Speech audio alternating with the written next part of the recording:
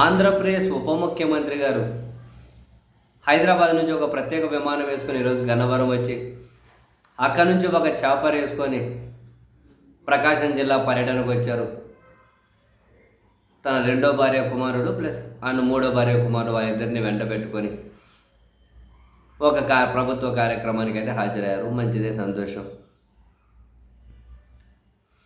సరే, ఆయన ఎక్కడికి ప్రసంగం ఇచ్చినా ఆ ప్రాంతంతో అనుబంధం, ఆయన పెరగడం గురించో ఆ ప్రాంతంలో ఆయన పుట్టడం గురించో కామన్. సో కనిగిరిలో కూడా నేను 4 దశాబ్దాల కిందట ఇక్కడ పెరిగిన వాడిని అని చెప్పి ఏమి ఎవరిని డిసప్పాయింట్ చేయకుండా ఒక స్టేట్మెంట్ అయితే ఇచ్చి అందరినీ సంతృప్తి పరిచారు. ఇది మరీ సంతోషం. అప్పుడు ఇక్కడ ఈ నీళ్ళలో ఫ్లోరైడ్ ఉంది అని చెప్పి వాళ్ళ నాన్నగారు వీళ్ళని తీసుకొని ఎక్కడికో వెళ్ళిపోయారు. అంటే వేరే చోటుకి, ఎక్కడికైతే సరే వేరే చోటుకి వెళ్ళారు. ఎక్కడికి వెళ్ళారో మళ్ళీ ఆయనే చెబుతారు తర్వాత. ఆ సమస్య పరిష్కరించేకి ఇప్పుడు కేంద్ర ప్రభుత్వం 1000 కోట్లు 1200 కోట్లు ఖర్చు పెట్టి జల్ జీవన్ మిషన్ కింద ఇక్కడ నీళ్ళు ఇవ్వబోతున్నాం, ఆ ప్రాజెక్టుకి నేను శంకుస్థాపన చేస్తూ ఉన్నా అని చెప్పారు. అంటే ఆయన పదే పొగిడే చంద్రబాబు నాయుడు గారు కూడా మొదలు 16 సంవత్సరాలు ఇప్పటికి ముఖ్యమంత్రిగా ఉన్నారు. బహుశా ఆ సారు కూడా ఏమీ చేయలేదని ఈ వ్యాఖ్యల ఉద్దేశంగా మనం చూడాలేమో, పోనీ అని.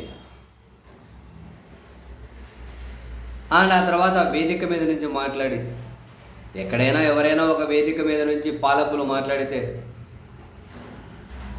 ముఖ్యమంత్రి ఉప ముఖ్యమంత్రిగా ఉన్నటువంటి వీళ్ళు మాట్లాడితే సంవత్సరంలో ఏం చేసాం అధికారంలోకి వచ్చి, ప్రజలకు ఏం మేలు జరిగింది, చేసిన మంచి పనులేంటి, ఇటువంటివి ఏమన్నా చెప్పి అంతో ఇంతో ఏమన్నా రాజకీయాలు మాట్లాడతారేమో.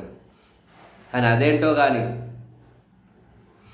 వీళ్ళు ఎవరు ప్రభుత్వ కార్యక్రమం మరొకటి ఎవరు ఏం మాట్లాడినా ఏ వేదిక ఎక్కినా జగన్ని తిట్టాలి, వైసీపీని తిట్టాలి, ప్రభుత్వ కార్యక్రమాలు మొత్తం అవి తిట్టడానికే. ఈరోజు చూడండి, ఈయన ప్రసంగం నిజంగా అసలు ఆయన మాట్లాడుతూ అంటే ఏంట్రా బాబు, ఆంధ్రప్రదేశ్ ప్రజలకు అసలు ఎప్పుడు మనకు ఇటువంటి ప్రసంగాలు లేకుండా పాలకులు ఫెయిర్గా మాట్లాడే రోజు ఎప్పుడు వస్తుందా అని చెప్పి చాలాసార్లు అనిపిస్తుంది. ఏంటో ఆ మాటలు, సినిమా డైలాగులు చెప్పకూడదు, సినిమా డైలాగులు సెట్ అవ్వవు, మనం ప్రజాస్వామ్యంలో సినిమా డైలాగులు మాట్లాడదు, ఈయన నోటి నుంచి నీతులు రావాల్సింది అని అంటూనే నా రక్తానికి వేడెక్కువ, నా గుండెకు దమ్మెక్కువ, రౌడీలను గూండాలను దాటుకొని వచ్చిన వాడిని, రౌడీయిజాన్ని గూండాయిజాన్ని ఎదిరించి వచ్చిన వాడిని, వైసీపీ వాళ్ళకి నా గుండె పొగరు తెలియదా, నా రక్తం వేడి తెలియదా, నా గుండెకుండే ధైర్యం తెలియదా, గుండెకు దమ్మంట, రక్తానికి వేడంట, ఆ రెండు వైసీపీ వాళ్ళకి తెలియదా, రౌడీలు గుండాలు దాటుకొని వచ్చిన వాడిని నేను. ఇవేనా ఇంకా ఎప్పుడు నోరు మేము తల కిందకి వేసుకొని మా పనులు మేము చేసుకుంటూ పోతూ ఉన్నాం, ఏం పనులో తెలియదు. అసలు ఒక ప్రభుత్వ కార్యక్రమము హైదరాబాద్ నుంచి ప్రత్యేక విమానం గన్నవరం, అక్కడి నుంచి ఒక చాపర్ వాటికి ప్రకాశం జిల్లాకు, అక్కడి నుంచి మళ్ళీ ప్రకాశం జిల్లా నుంచి చాపర్ గన్నవరం, అక్కడి నుంచి ప్రత్యేక విమానం హైదరాబాద్ అప్ అండ్ డౌన్ అయిపోయింది. పదిగా తన 2 కొడుకులు కనుక వెంట పెట్టుకొని వచ్చారు.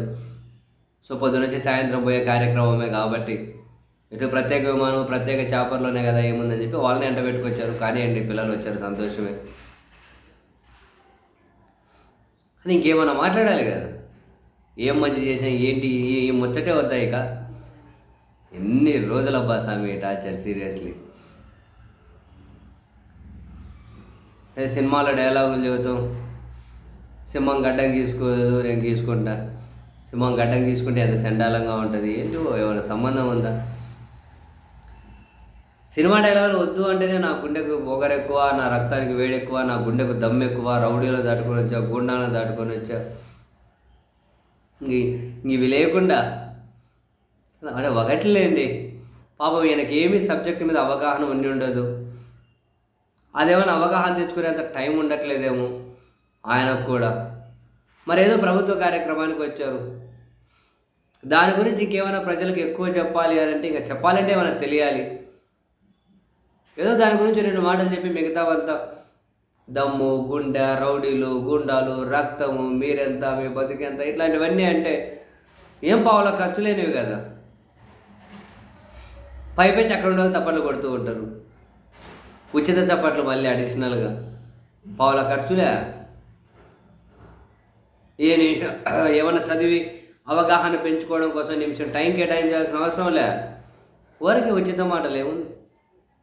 ఈ లాజిక్ బాగుందిలేండి. రావాలి, 4 సినిమా డైలాగులు కొట్టాలి, వాళ్ళతో క్లాప్స్ కొట్టించుకోవాలి, వెళ్ళిపోవాలి. దానికి ప్రత్యేక చాపర్, ప్రత్యేక విమానం, అప్ అండ్ డౌన్. నడిపించిన వాళ్ళకి నడిపించినంత ఎంజాయ్ చేయండి.